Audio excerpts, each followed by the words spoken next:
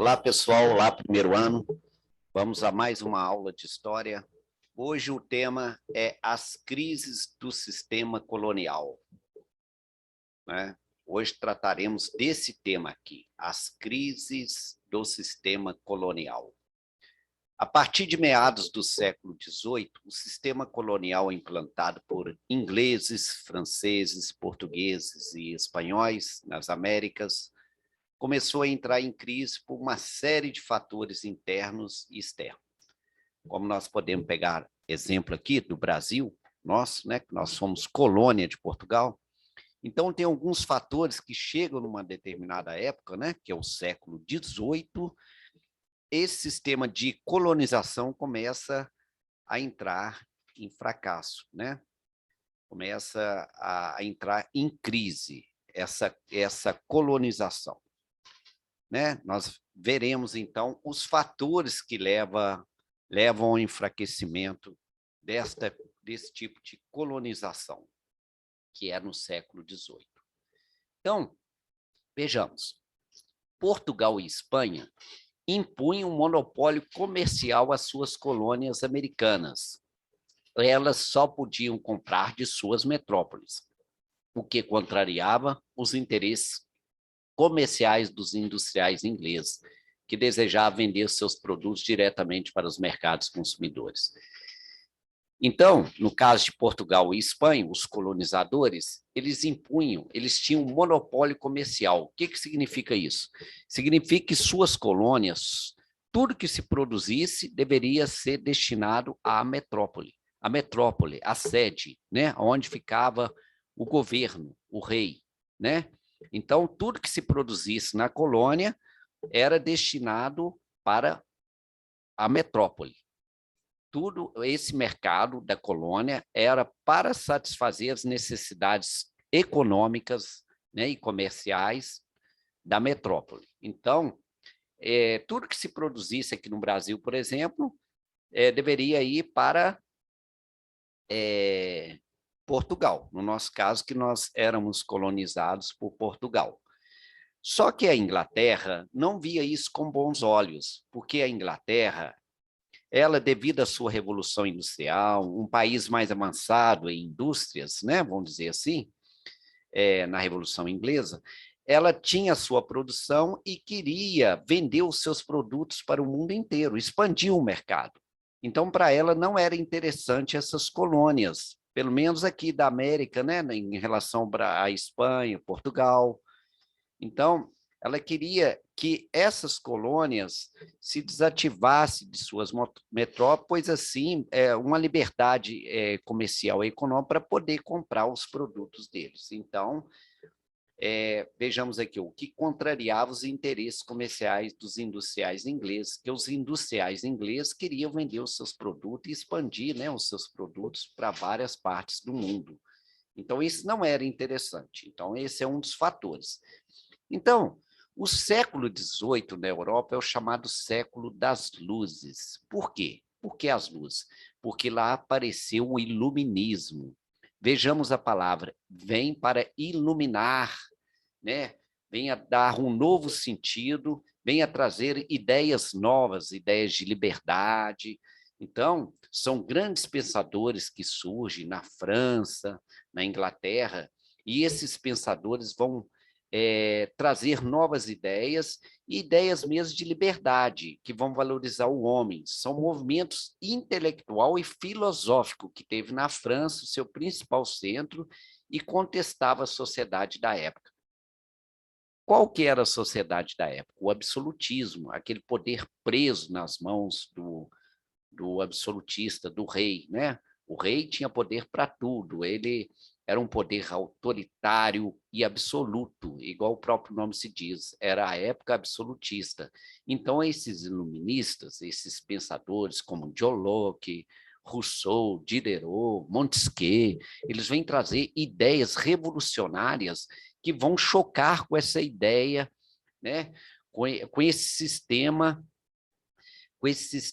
absolutista, com esse sistema que ficava assim preso, toda a sociedade era presa ao domínio dos reis absolutistas da época. Então, essas ideias iluministas, o próprio nome se diz, vem iluminar a sociedade, iluminar o povo a não aceitar isso. Então, é onde vai começar a acontecer, vão começar a surgir ideias perante, né, ideia postulada por esses pensadores que vão trazer as ideias de liberdade, principalmente a liberdade econômica, liberdade de pensamento, né, liberdade de expressão, enfim, vários, porque são filósofos. Então, isso vai chocar com as ideias do antigo regime, que era o regime absolutista. Então nós podemos dizer que esse século das luzes, esses iluministas vão trazer ideias que vão combater o antigo regime e vai favorecer no combate ao sistema colonial. Então, esse é um dos principais fatores, o iluminismo, que surge principalmente na França, né? Nós notamos lá quando teve a Revolução Francesa, então é porque já tinha as ideias iluministas, ideias de liberdade, de igualdade, de fraternidade, que eram postuladas por eles. Tá bom? Então, vejamos a característica do antigo regime, que é o que eu acabei de falar, que é o regime absoluto. É aquele que o parlamento ele é fraco, ele não freava o rei fazia o que quer. Hoje, por exemplo, nós estamos aqui no Brasil, nós temos um país democrático e nós temos lá os três poderes para frear o rei. Imagina, frear o presidente não pode fazer o que quer. Imagina no nosso presidente aqui, o Jair Messias Bolsonaro, de repente ele passa na cabeça dele que ele quer fazer alguma coisa, mas não pode, porque tem que ser aprovado pelo Congresso, né? Então, isso foi criado lá pelos iluministas, principalmente pelas ideias de Montesquieu, que trouxe a ideia dos três poderes, né? O legislativo, o executivo e o judiciário. Então, as características desse regime absolutista, a principal é essa, é o poder absoluto do rei. E o rei pouco era freado por um parlamento que quase não existia, era fraco. Então era muito assim, autoritarismo, tudo nas mãos do rei. Ele dominava e governava de forma absoluta. Então, eram as chamadas monarquias absolutistas. O que é uma monarquia? Monarquia vem de rei. É um rei que governa de forma absoluta. Então, na época que nós éramos colônia de Portugal, o sistema lá era monarquia absolutista, e eles dominavam. Aqui os reis tinham poder absoluto, total. Agora, o mercantilismo. O mercantilismo é uma forma econômica adotada por esses reis. Vejamos, igual no caso do Espanha e Portugal, as suas colônias, eles tinham uma política mercantilista que significava o quê? Que eles tinham que acumular metais preciosos. E aonde que eles tiravam esses metais preciosos? Nas colônias deles, igual no caso do Brasil, que era uma colônia.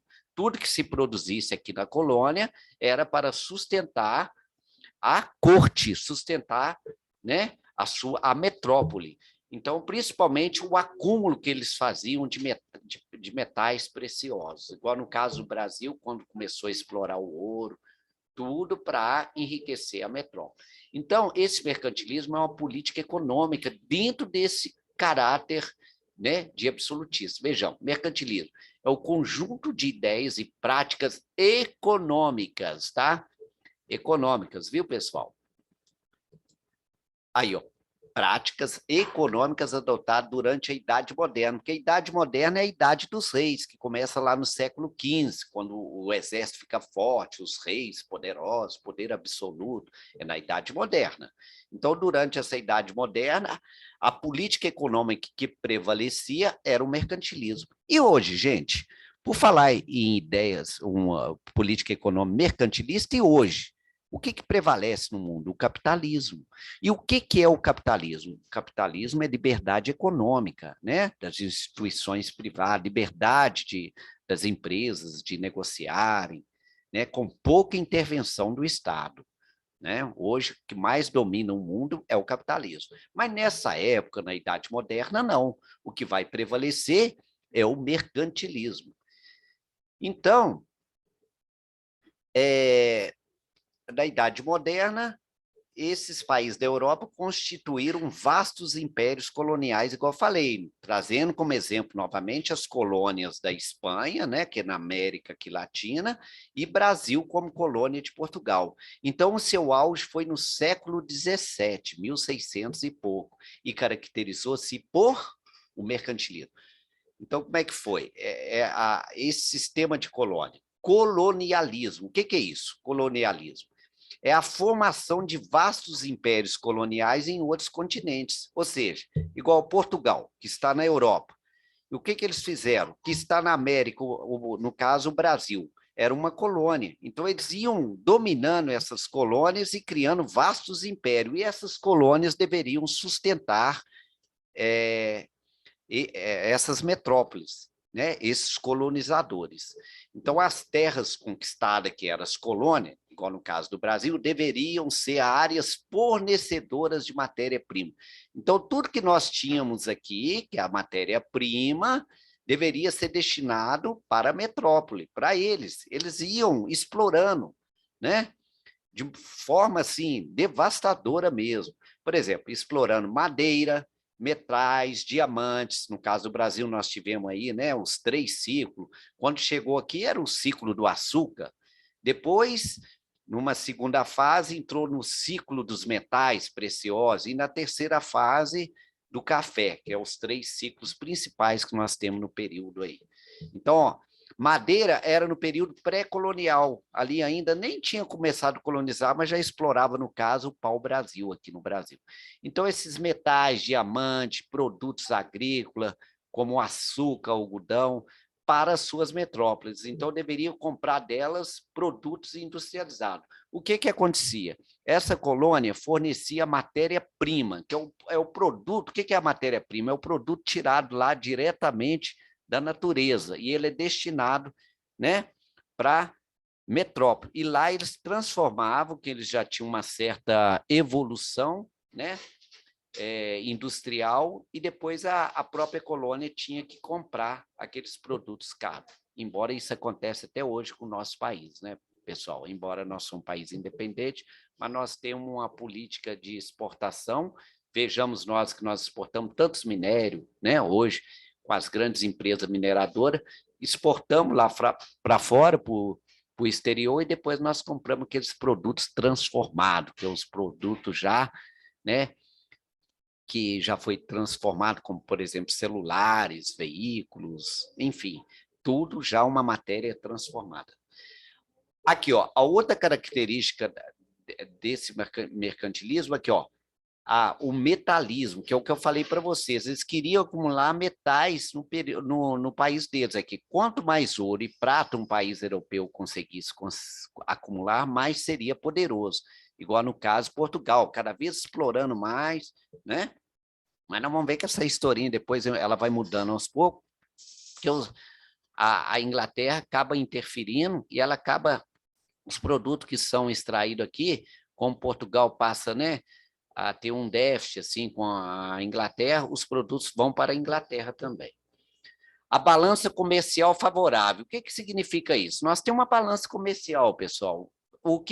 A base desse equilíbrio da balança comercial é exportação e importação. Exportar é o que você produz e você vende para fora. Importar é o que você compra de outros países. Mas a balança comercial favorável significa que eles iam exportar mais produtos nacionais do que importar de outros países. Então, eles queriam só exportar, eles não queriam importar, e cobrava altas taxas, né, dos produtos estrangeiros. Então, eles queriam ter uma política nacional, exportar mais. O protecionismo, é aqui que entra a proteção alfandegária, por exemplo, controle de preço para afastar a concorrência estrangeira, incentivando a produção e o comércio nacional. Então, era um nacionalismo muito forte para ter os produtos fortes, né? E o produto estrangeiro para entrar deveria pagar taxas altíssimas. Então, eles tinham uma política de controle para fortalecer o mercado nacional. A sociedade é estamental, gente. O que significa isso? Quando eu falo de uma sociedade estamental, significa que essa sociedade não tem flexibilidade de ascensão. Por exemplo, hoje nós estamos numa sociedade que você estudando, você conseguindo altos níveis de estudo, você vai mudando de vida, você muda, você ascende socialmente. E lá não, ela é estamental, ela é estática, ninguém muda de sociedade. Quem é escravo vai morrer como escravo, tá? Então, o rei sempre vai ser rei. Então, não tem aquela flexibilidade de mudar de sociedade. Então, a sociedade era estamental, uma sociedade dividida em estamentos ou ordem. Por exemplo, o clero, lá na Europa, assim, o clero, ou seja, a igreja, em primeiro lugar, está lá no topo. Depois vem a nobreza, né? Depois da nobreza, vêm os comerciantes, os artesãos, até chegar na plebe. Então, aquela sociedade ali, ela era estática, é o que nós chamamos de sociedade estamental, né? Você tem o clero, a nobreza, os artesãos. Então, a sociedade era dividida em estamentos ou em ordens, né? Na Europa. Cada pessoa pertencia a um estamento e deveria passar toda a vida nele, porque ela não mudava de classe social. Não é igual hoje. Hoje é mais flexível. Hoje um cidadão pode nascer mais pobre, num nível social, de repente ele ascende socialmente, não é isso? Então lá não, ou seja, não havia mobilidade social. A estrutura da França, por exemplo, era dividida em 3 estados. Vejamos, essa divisão social da França, por exemplo. No topo estava o clero. Quem que era o clero? Os que rezavam, os que oravam, os sacerdotes da Igreja Católica. Aliás, a Igreja Católica era o maior poder que tinha na Europa na época, pessoal. Ela controlava, principalmente ideologicamente, o controle ideológico. É o poder letrado também, que é os sacerdotes que controlavam a cultura. Então, o clero ele vai estar no topo da pirâmide, é o principal, que eram os sacerdotes. Tá? Depois vem a nobreza. Quem que é essa nobreza? Essa nobreza, os proprietários de terra, né? Até mesmo os reis, entre os reis, seus familiares, os proprietários de terra, aqueles que realmente tinham uma condição bem elevada. Então, eles eram o segundo no topo. E terceiro estado, a burguesia. A burguesia já era um conjunto, né, de diversas camadas, como, por exemplo, banqueiros, industriais, comerciantes, profissionais liberais, grande maioria da população. E os camponeses. Os camponeses era aquela ralé mesmo, que trabalhava lá no campo, né, cultivando, mexendo com a terra, né, os camponeses trabalhando na terra. Você tem os comerciantes, e mais tarde essa burguesia vai ficar forte, tá, gente? Porque ela vai ter a liberdade de comercializar. Mas essa liberdade de comercializar vai vir assim através da força do parlamento, que até então o parlamento aqui não tem força. O que vai dar força ao parlamento, o maior impulso vai ser depois da Revolução Francesa, que nós vamos ter na França, onde, né, houve essa revolução, onde uma inversão, porque os reis vão cair, né, eles vão perder um pouco aquele autoritarismo e o parlamento passa a ganhar um pouco de força para frear o poder desses reis. E, igual falei para vocês também, na França surgem os iluministas. Quem que eram os iluministas? Veja a palavra, iluminar. Eles vêm para iluminar a sociedade da época, porque a sociedade da época estava presa a dogmas, principalmente aos dogmas da igreja, do rei, era totalmente controlado por uma sociedade fechada. Então não tinha liberdade de expressão, a ciência, tudo estático. Então esses filósofos eles vêm para lançar pensamentos, postular ideias que vão libertar o homem, né? E principalmente economicamente, filosoficamente. Então, nós temos lá, por exemplo, John Locke, grandes pensadores, Rousseau, Diderot, Montesquieu. Olha só o filósofo John Locke. Ele criticava o absolutismo. Todos eles vão criticar, tá, pessoal? Porque esses pensadores eles vão contra esse absolutismo. Ele vem trazer ideia de liberdade. Então, realmente, até aqui no Brasil, o que vem trazer a independência do Brasil, vem trazer, assim, as ideias de liberdade? Foi através desses iluministas, porque as ideias deles vão chegando até nas colônias. Nas colônias vai chegar através dos estudantes, principalmente, que os homens ricos aqui, no Brasil, mandavam os seus filhos para a Europa para estudar, né? Eles seguiam para a Europa para se formar, né? E lá na Europa eles vão encontrar e deparar com as ideias iluministas. Então eles vão trazendo essas ideias para nós, para a liberdade.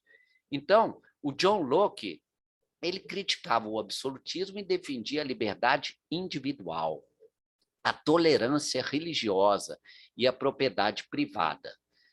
Quer dizer, propriedade privada, porque antes era o Estado, o rei que dominava tudo. Então, a propriedade privada significa a liberdade da pessoa ter, né, de ter a sua propriedade própria. Então, liberdade individual. Então, eles defendia isso, liberdade. O John Locke, por exemplo, a liberdade individual, a tolerância. É evidente que a monarquia absoluta, que alguns consideram o único governo do mundo, é de fato incompatível com a sociedade civil, não podendo, por isso, ser uma forma de governo, sendo os homens, por natureza, todos livres, iguais e independentes. Aqui, o John Locke fala, né? Ninguém pode ser expulso de sua propriedade e submetido ao poder político de outrem sem dar consentimento. Isso, então, é as ideias de John Locke, que é um deles, um dos pensadores, né, que traz essas ideias. Então, eles iam postulando essas ideias, e essas ideias iam aderindo ao povo da época. E o povo vai, né, através dessa absorção de ideias, esse povo vai se sentir forte para derrubar esse poder. E as coisas vão acontecendo ao longo do tempo, né, pessoal? Observação, eram práticas comuns das monarquias absolutistas o confisco dos bens do cidadão. Quer dizer, o rei se sentia no direito de ir lá e confiscar os bens das pessoas. Às vezes tinha lá um terrenozinho, né, praticava lá, cultivava as suas plantações, ou mesmo criava alguns animais, de repente o rei lá se sentia no direito de confiscar esses bens. Quer dizer, agora não. O John Locke, por exemplo, fala que a pessoa tem direito à sua, ela trabalhou, né? Ela conquistou e tem a sua propriedade é dela, tem que ser respeitada. Então, aí vai surgindo as ideias, né, pessoal? Ideias de cidadania, ideia de liberdade, por aí vai.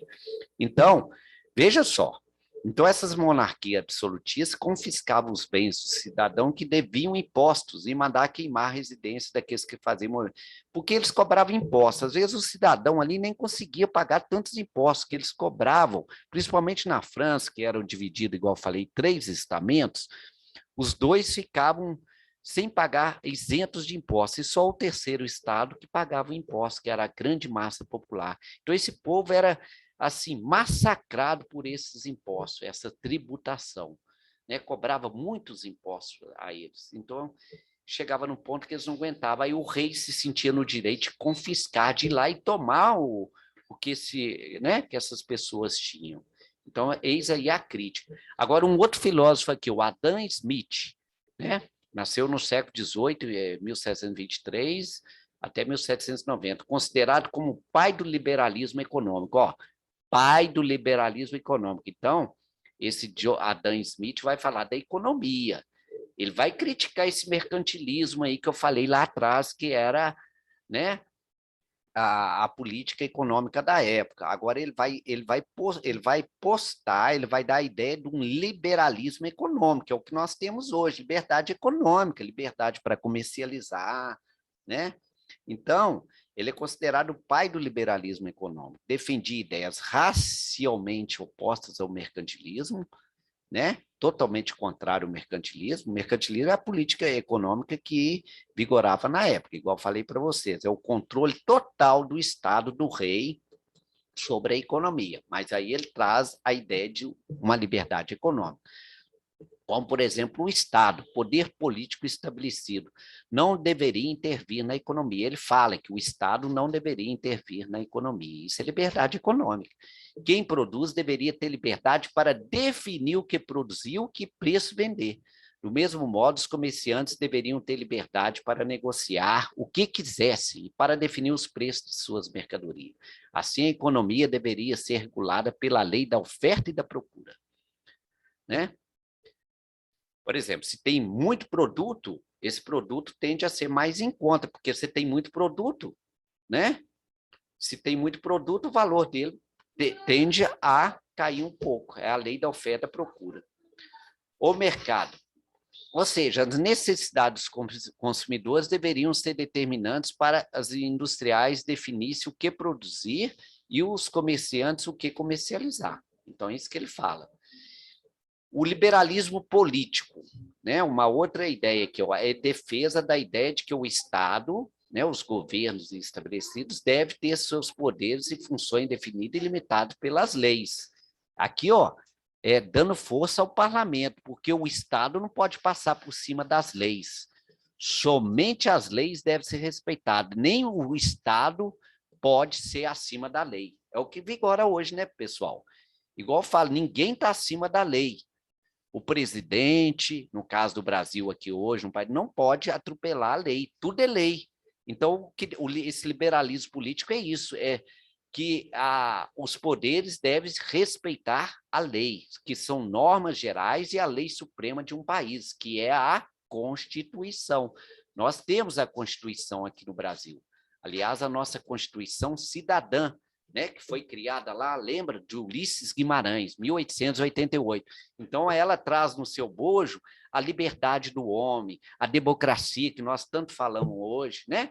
Por que o Bolsonaro é tão criticado aí, as políticas? Porque todo mundo tem liberdade de criticar, de contestar, o próprio Congresso, ele não pode fazer o que quer. Tudo com o quê? Com base na Constituição de um país. E o que é a Constituição? É esse conjunto de leis, né, que vai reger esse país. Nada acima da lei, nenhum homem pode estar acima da lei, né? Nada pode ferir a lei.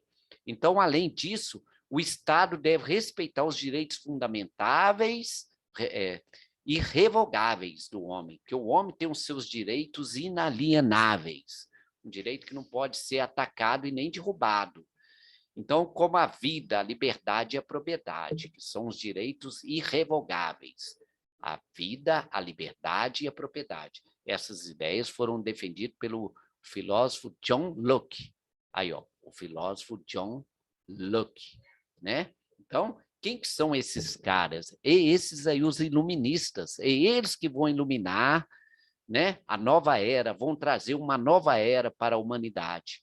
E aonde que surgem essas ideias? Principalmente na França e depois na Inglaterra. Então, nós temos aí, igual eu falei para vocês, Diderot, Rousseau, John Locke, né? E pelos iluministas franceses como Montesquieu. Esse Montesquieu aqui, pessoal, ele foi responsável pela criação dos 3 poderes que nós dissemos hoje, que nós temos hoje. Os 3 poderes, legislativo, executivo e judiciário, igual no caso do nosso país democrático aqui. Rousseau, que foi, né, o que defendeu a política, né, um Estado mais democrático, e Voltaire também, são pensadores. Então, o que fala? A elite de homens cultos e ricos das 13 colônias inglesas, já aqui na América, né? Aquela elite daqueles homens cultos e ricos. Culto porque já tinha conhecimento. As ideias de John Locke, de Voltaire, Rousseau, Diderot, já tinham chegado a esses caras. Aqui na América que eu estou falando. Porque antes aqui nos Estados Unidos, os Estados Unidos era formado por 13 colônias, tá, pessoal? As 13 colônias da América. Então, essas ideias vão chegar até esses homens cultos lá né, das 13 colônias, que deram origem aos Estados Unidos da América. Porque antes os Estados Unidos, antes de tornar independente, ele vai ser dividido em 13 colônias. Então, essas ideias, esses homens conheciam as ideias iluministas e sentia massacrado pelo absolutismo, que não tinha jeito de se comercializar. Aliás, pessoal, uma classe que era doida para se libertar desse absolutismo, desse arroxo absolutista, era a burguesia. A burguesia sentia necessidade de comercializar. E como que eles poderiam comercializar com esse absolutismo, com esse poder do rei? O rei, né, limitando toda a liberdade que eles tinham, não tinha jeito de eles comercializar. Então, é uma classe que interessava na derrubada do absolutismo.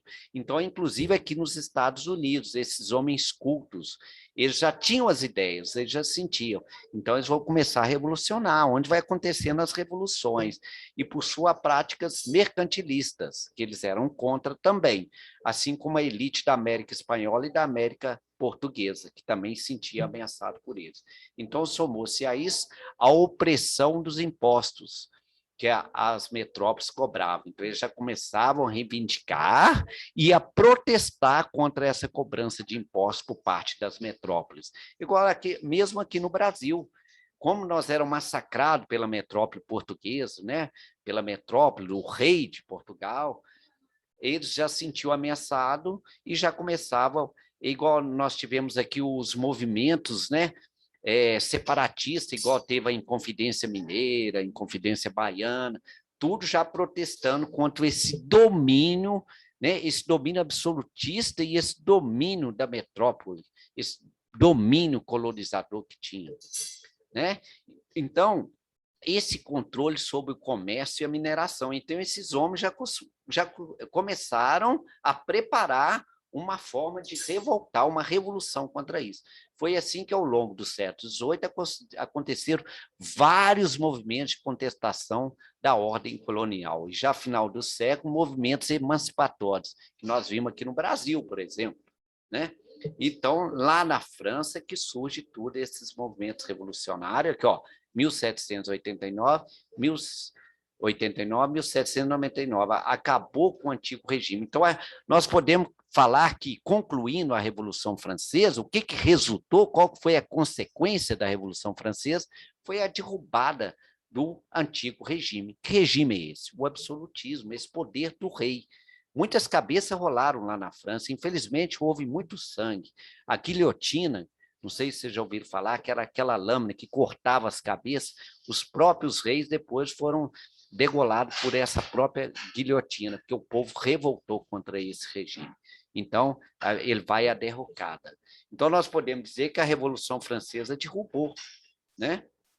Então, aqui nós temos a referência, pessoal, desses estudos que foi feito, e agora vem as atividades para vocês fazerem com base em tudo isso que eu falei, ó, com base na leitura do texto do item, a apresentação, que é o que nós lemos aqui, explica, ó, no século XVIII, a crise do sistema colonial é parte da crise do antigo regime.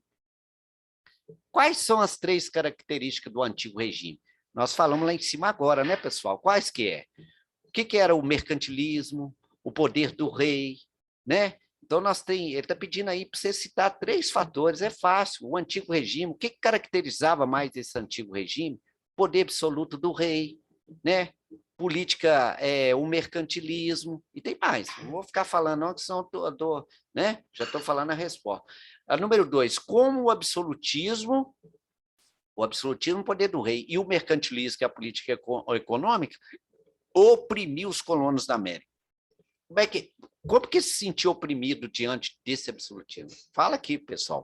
Escreve aqui, tá? Umas linhas, lê bastante, reflete o que eu falei, que você vai responder isso aí. Tá? Aqui vem um texto assim, ó, no final do século XVIII, Vila Rica, né? Aqui em Minas Gerais, que hoje é Ouro Preto, Rio de Janeiro, Salvador, Bahia e Recife eram centros intelectuais, eram cidades principais da época, pessoal, naquele período, né? Do período de colonização de Portugal, então essas cidades eram as principais do Brasil. Ouro Preto aqui era a capital, Rio de Janeiro, Salvador, Recife, eram centros intelectuais, porque era onde estava chegando essas ideias lá da Europa, dos iluministas, onde as pessoas tomavam conhecimento das ideias iluministas que circulavam na Europa. Igual eu falei para você, sabe por quê, pessoal? Inclusive aqui em Ouro Preto, os ricos mandavam seus filhos estudar na Europa. Eles iam estudar na Europa. E aonde que estava o movimento iluminista? Na Europa, essencialmente na França. Então, em contato com esses estudos lá na França, esses estudantes, filhos dos ricos aqui, vão absorver essas ideias e vão trazer aqui para Minas Gerais. No que eles trazem essas ideias, que ideias são essas? Ideias de liberdade, de igualdade, de fraternidade, liberdade econômica, enfim, liberdade de caráter econômico, filosófico, sociológico e tudo.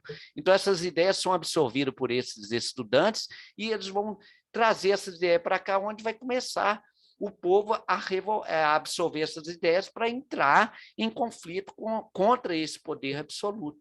Tá? Então, é aí que vai chegar essas ideias. Então, era centros intelectuais onde as pessoas tomavam conhecimento de ideias iluministas que vieram lá da Europa, que circulavam na Europa. Embora as autoridades proibissem a entrada e o comércio dos livros, eles traziam os livros escondidos, tá, pessoal? Geralmente naquela malinha onde eles traziam a roupa, traziam os livros escondidos, porque era tudo assim, tudo era, não tinha liberdade de expressão, era perseguido. Se pegar um livro daquilo ali, inclusive a própria Igreja Católica na Idade Média fazia isso, né, pessoal? Ela perseguia, até aderindo aqui, voltando um pouco na Idade Média, a igreja perseguia porque ela tinha um tribunal, julgava heréticos aqueles que não seguiam os princípios. Mas, enfim, aqui também os reis perseguiam, tudo era, você não tinha liberdade de expressão, então esses livros chegavam escondidos, né? Esse comércio dos livros iluministas, eles chegavam no Brasil no fundo dos baús, onde os rapazes brasileiros, esses estudantes da elite, que tinham estudado em Universidade de Portugal e da França, guardavam suas roupas. Então, traziam no meio da roupa ali, escondido, e ali fazia até uma sociedade secreta. Na época, eles criavam sociedade secreta, onde até o Tiradentes, que foi o mais pobre aqui no caso, né, considerado o mais simples, ele participou desse evento, né, dessa sociedade secreta, inclusive tinha as lojas maçônicas também. Então, eles preparavam esses livros, traziam e começavam a estudar esses livros para absorver essas ideias, para entrar em conflito e rebater as ideias absolutistas. Então, esses livros eram lidos e discutidos por um número reduzido de homens, que era a parte intelectual, a parte culta, pessoal, era a minoria. É só os filhos dos ricos que estudavam. É uma coisa assim, limitada demais. Então, esses homens deixaram-se influenciar pelas ideias de liberdade, eles foram influenciados por elas, essas ideias de liberdade, igualdade, direito dos povos de instituir seus governos, que é a democracia, entre muitas outras, que levaram-nos uma crítica ao colonialismo. Então, eles passaram a criticar o colonialismo.